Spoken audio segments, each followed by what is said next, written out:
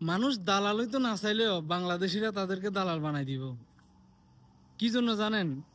আমি পোস্ট করছি যে আবুধাবিতে বা দুবাইতে ভিসা খুললে আমি বিস্তারিত জানাবো কোথায় কত টাকা খরচ হয়, যেন দালালরা আপনাদের থেকে বেশি টাকা না নিতে পারে, লাভ করবে, সিম্পল করবে। তাই আমি সব হিসাব নিকাশ দিব বলছি, মানে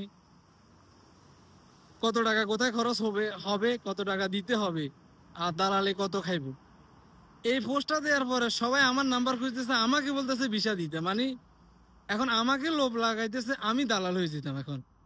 এমন এক অবস্থা হয়েছে, মানে যেভাবে আমারে ভিসা দিতে বলতেছে এবং নাম্বার দিতে বলতেছে, মানে আমারে বিশ্বাস করে বসতে। আমি শুধু বলছি যে দালালরা যেন বেশি টাকা না খাইতে পারে, মানুষ খরচ বরচ করি আসে দেশ থেকে আসতে, ওই টাকাগুলো উঠে তুলে দিয়ে মানুষের 2-4 বছর চলে যাব ভিসা দিতে, যদি মানে দালালরা বেশি টাকায় ভিসা বিক্রি করে।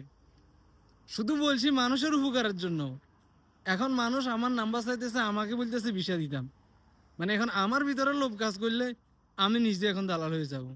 তাই আমি নিজে দালাল হতে চাই না, কাউকে বিষয় দিতে চাই না, কারো নাম্বারও দিতে চাই না। শুধু এইটুকু বলতে চাই, যদি কারো খরচ সম্পর্কে জানার ইচ্ছা থাকে, কোথায় কত টাকা খরচ হবে, তাও এখন না, আমি বলছি যে কি জানুয়ারি ফেব্রুয়ারিতে ভিসা খুলবে, এখনো জানুয়ারি মাসের আছে 3 দিন 4 দিন, আরো 2 দিন আগ থেকে আমার নাম্বার চাইতেছে, আমার থেকে ভিসা চাইতেছে।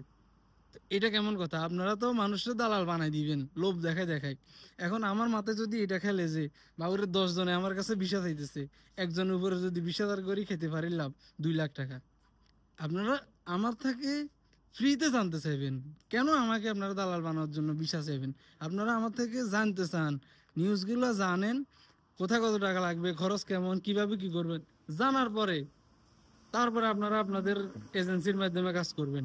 আমার থেকে এই ধরনের কোনো আশা পাবেন না, কোনো হেল্প পাবেন না যে বিশ্বাস সম্পর্কে। আমি শুধু নিউজ দিতে পারবো, বিশ্বাস দিতে পারবো না ভাই। এই লোক আমারও দেখায় খারাপ বানায়েন না। আমি দালাল হতে চাই না, দালাল মুক্ত ইউএই চাই।